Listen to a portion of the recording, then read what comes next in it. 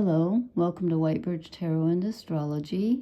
This is March 12th, and this reading is for the Sun conjunct Saturn at 22 degrees of Pisces and Mercury conjunct Venus at 9 degrees Aries, which is where we are having a partial solar eclipse on March 29th at 9 degrees Aries, which is very strange, I find. I mean, interesting, not strange, but not a coincidence, I don't think. And that is the degree at which I believe both of the planets, Mercury and Venus, I think that's where they were when they both went retrograde. So there, very important. I left my red pencil upstairs again. So I'm just going to point out here, I changed because this is the full moon chart that I used the other night. I didn't reprint it out, and I apologize for my voice. I'm so croaky. Allergy season is in full swing here. Oh my God. So the Sun and Saturn are together at 22 degrees. That's what, ignore the 23 because that's for the full moon. I keep calling it a new moon. The full moon in Virgo, the eclipse. I already did see my previous reading for the full moon lunar eclipse in Virgo. Conjunct the South Node.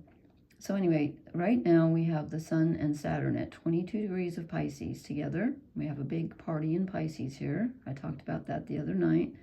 So the Sun conjunct Saturn can be feeling like hitting your head up against a wall where you experience your limitations in self-expression.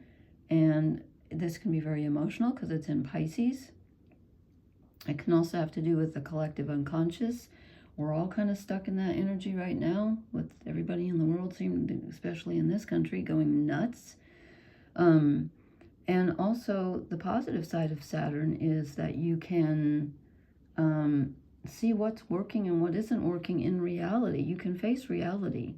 You're almost forced to when these two come together. It shines a light on, what do I have to hang on to? What is my structure? What can I not cling to, because that's kind of a weak word, but what do I have that's steady, that holds me, especially on a spiritual level, because Pisces is the last sign of the zodiac and it's very spiritual. It's the one. Okay. And then excuse me. And then here's Mercury and Venus are thinking and excuse me. I didn't know if this was going to work. Our thinking, our communication, and in a sense, our ability to transform things. Because remember, Mercury is the transformative agent. He's the psychopomp who goes down in the underworld and can come back up. He carries information with him, and he can transform things. He's together with Venus, the goddess of love and beauty. She rules our relationships. And they are together at 9 degrees of Aries. And Aries is your self-identity, who you are at a very, very core level. And when I say core, I mean like you strip away all of the outer, like strip away your relationships, strip away your possessions, strip away your accomplishments. It's like at your very center, who are you? Who are you? And that usually is defined by what you desire. If you think about if you think about who you are, you usually, at least for me, you are what you love and who you love, which is interesting since he's with Venus, who rules our relationships. But I mean, who would you be without the things you love? If someone asked me to define myself, I would define myself by what I love. What else is there? I don't know. So I already talked about the full moon lunar eclipse in my previous video, so you can watch that if you want to hear about that. Because tonight I was talking about these two conjunctions here, which are very important. So we've got Pisces energy, the last sign of the zodiac, which is we are all one, imagination, dreamy energy, confusion. Can be a lot of confusion with Pisces because everything blends into everything else. It's the ocean. There are no distinct boundaries. Saturn does not like to be here. Saturn's trying to present us with some distinct boundaries, And that's why you may be having some trouble. But when these two come together, it helps you identify not only what's blocking you, but what you have to hold on to that's steady. And then the first sign of the zodiac, Aries, which I just said, is our desires, our physical action, like literally how you move, whether you walk slowly or quickly. Of course, your Mars placement can determine that as well.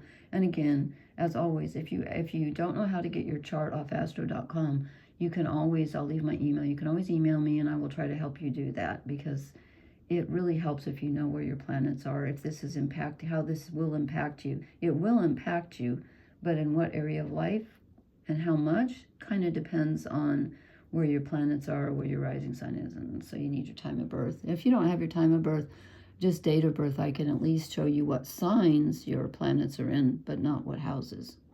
Okay, and I was gonna do some poetry the other night, and I was too tired. These moons, especially the eclipses, really knock me. But tonight, I've pulled so many wand cards that it's not even funny. Wands are fire. And I thought to myself, you know what? I'm going to read one quick poem, even though I'm all croaky. This is one of mine. And it just seems right for tonight because I drew the first 1, 2, 3, the first 4 out of 5 cards I drew were wands. I was like, what? I did not expect that with Pisces. Well, Aries, okay, we got the Mercury and Venus in Aries, that's fire. That's wands. Okay, anyway, this poem it's a short one, so it's called Fire. If fire could speak, this is what it would say. I am here to warn you that, like lightning, I speak with a forked tongue. If you listen to anything at all, you must listen to what is carried through the air, like the wings of birds, or what travels over the earth, like wildebeests or water. I am not to be trusted. I am passion, impulsivity, rage. I am what is most beautiful and most dangerous at the same time. I will burn you and then disappear into thin air. What else do you know of that is created from nothing, that springs into being after 2 objects have struck against each other? Okay. That's why fire to me is spiritual and physical, because it's a thing. Let me stick your hand in the fire. It's a thing, but it's not solid, so it's kind of fascinating. It's kind of mercurial in a way, you know how the element Mercury is liquid and solid at the same time. Anyway, okay, so I did the Cross of Truth, and I asked, what's our energy at this time? And I get the 3 of Wands. So with all of this Pisces energy, and then Mercury meeting up, you know, the psychopomp meeting up with Venus, our relationship energy, in Aries, our self-identity, it's kind of like we're surveying right now. And again, these are wands, so it's like, what do I desire? What do I want to create? Fire is also creativity. What do I want to create? The 3 fire signs are Aries, Leo, and Sagittarius. Aries is ruled by Mars, Leo is ruled by the Sun, Sagittarius is ruled by Jupiter. Okay, the 3 of Wands. What do I want to create? You know, where do I want to go from here? What do I desire? And then I asked, what do we need to let go of?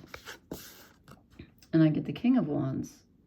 Well, we need to let go of control, number 1, which is, you know, all those planets in Pisces. We're not going to have control when Neptune is almost at the last degree of Pisces. And there are so many planets there, including in the North Nodes, which is our path forward. There's going to be some confusion. And there's going to be some watery, you know, untamable, unstructurable, if that's a word, energy out there. So we have to give up control. We have to have faith in something larger than ourselves right now. We're not the king right now. Something else is king right now. And you may have to give up, you may have to, well, I'm just thinking this is the desire to be in control. And even thinking that you are, thinking that your ego is the, you know, that, oh, I can choose anything I want. Well, in a sense you can, but if you want to stay in alignment with what your true desire is. Your true desire comes from a place a little bit higher than, I'm not saying it's not you, it is you, but it's probably not your ego. It's your higher desire. There's a good poem. So you have to let go a little bit. Let go of the reins, and have some faith. I just keep feeling like we need to have faith at this time. Then I asked, what do we need to move toward? Okay, here's the Sun conjunct Saturn that asks you, what burdens and responsibilities are you carrying that are no longer yours, that are no longer serving you? And again, that's part of this lunar eclipse in full moon lunar eclipse in Virgo. What is not serving you? You've got to drop the burdens, at least the burdens that don't resonate with your true desire. And again, true desire is not ego desire. And I know that's kind of, that might be tricky. How are you thinking? How do you determine that? Well, you have to do a lot of self-reflection. If it's good for you, it's good for everyone around you. That's almost, I would say that's a given, don't you think? I was been watching Joseph Campbell. I think I mentioned that to somebody. Maybe I mentioned it on here. I think I did. Yeah, last time I posted. And The Power of Myth. It's on TV. And, he's the one who said, follow your bliss. That's what this is about. But not your ego bliss. Not what strokes your ego, and makes you feel like, oh, I'm better than people or whatever, or money or greed or whatever. Not that I don't think people here are probably into that, but this is about, true desire. So what's our challenge? Well, our challenge is figuring out which one is the true desire. The Two of Wands. Is it the pearl?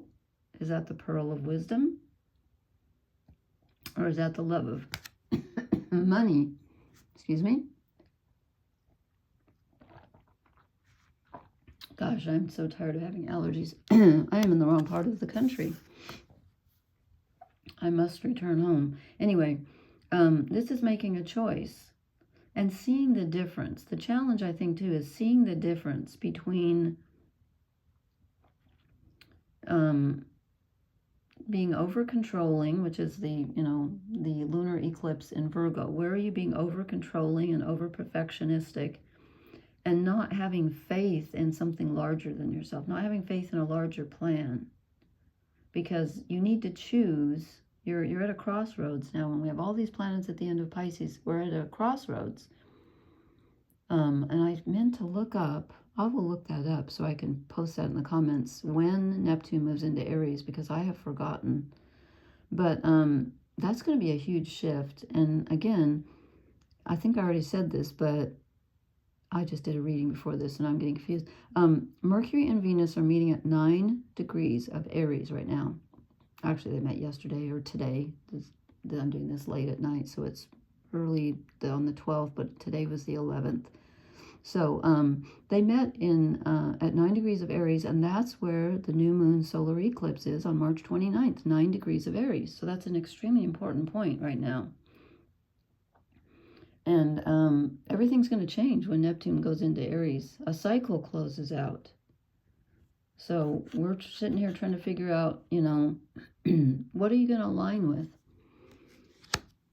And then I asked what blesses us, and I get the Page of Swords. Finally, we get a card that's not wands, and it's thinking. And that's interesting since Mercury is conjunct Venus in Aries. I don't think this is small thinking. I think this is aligning with what I call higher mind. It's taking a step back and being the observer so that you don't get caught up in your own drama, It's taking a step back, and I'm not sure I don't think it's about making decisions exactly at this time or taking action. I think it's about just, again, surveying what's out there, letting go, trying to identify what you're carrying that you don't need to carry and let go of that. Let go of ego desires and stop trying to control things you can't control and try to figure out the difference. And you do that by looking at things in a new way, because it's a page, so it's new energy. It's a new look at things. Okay, it's not the king or the queen who thinks they know, or who, you know, have the wisdom. It's saying being willing to look at it from a fresh perspective and taking a step back. And again, this lunar eclipse is supported by Uranus in Taurus, and Uranus is all about having a new perspective and thinking outside the box. So that's a really good way to do that, is to sort of, you know, see if you can become the observer of your own desires and see if that's helpful, because I think it will be. That's our blessing right now, is we get to take a step back and see things from a larger perspective. And then I drew an overall energy card, and I got the 9 of Pentacles. And this is interesting. Finally, some earth.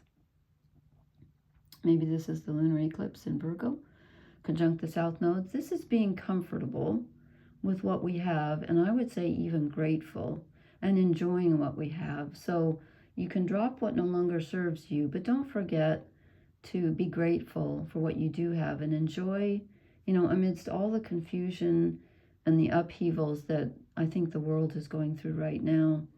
Don't forget to enjoy the daily things that you can touch and smell and feel. You know, step outside, and if you don't have pollen all over the place like we do here, enjoy, you know, find something that you enjoy and pamper yourself bodily a little bit. Take some rest at this time.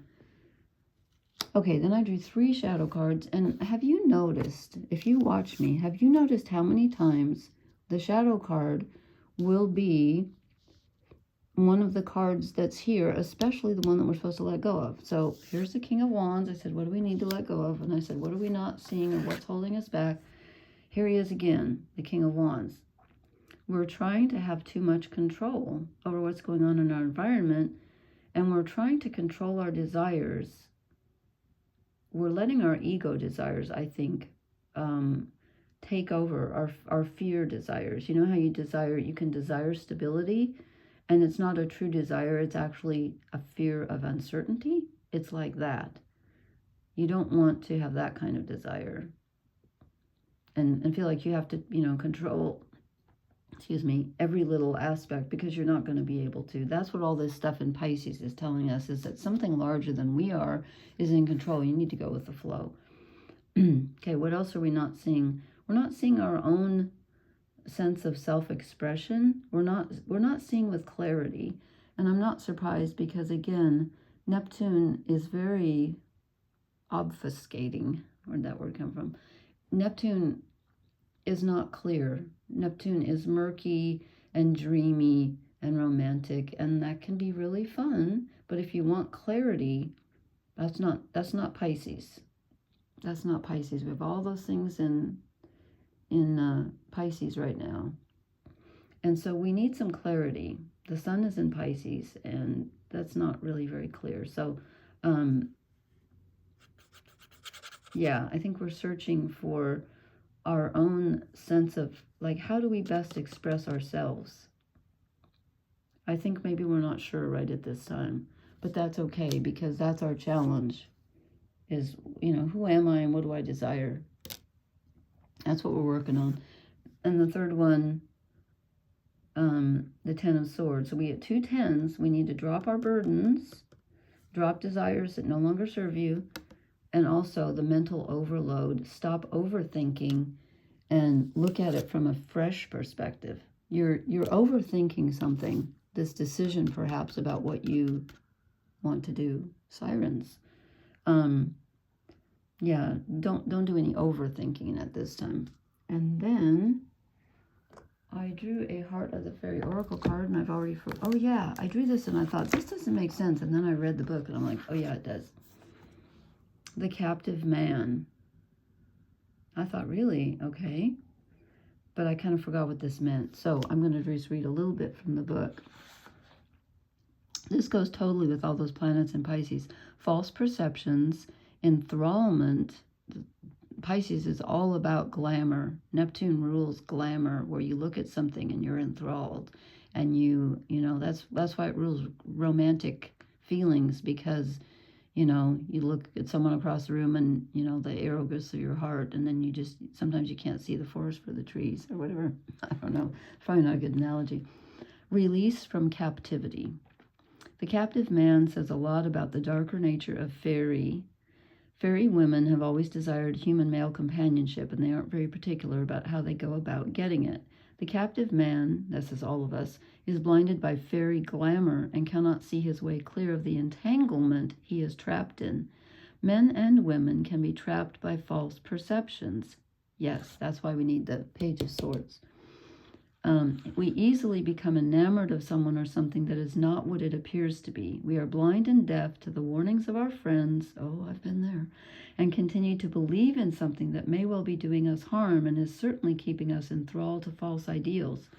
And this could be, you know, with this lunar eclipse in Virgo, it could be something to do with your health, or with this Mercury conjunct Venus retrograde. Venus is the only planet retrograde. It could be a relationship. It could be anything, really. Something is binding us. Maybe doing it again. If the captive man appears, we must ask for clear sight. We need the help of our true friends, fairy and human, to see what binds us. When we finally see the truth, we can begin to free ourselves from those harmful ties. That's the lunar eclipse in Virgo. Just as the fairy queen is loath to give up her human lover, a situation in which we are trapped by false perceptions may seem impossible to escape. Asking for true sight is the best way to begin. Conversely, we may be the captor, imprisoning a person or an idea when we should be giving it freedom. By releasing a thought or a person from captivity, we give it the space to truly become what it needs to be, and we often find that it stays with us. Okay, so don't cling on to things. Here I go, 22 minutes again. I was going to try to do faster, but hey, this is what we got. So, yep, you gotta take a very clear new look at what's going on and free yourself from the entanglements that are not serving you. Okay, I hope this has been helpful. Please leave me a comment. Please hit the like, share, and subscribe buttons, and I will talk to you later. Thank you. Blessings. Good night.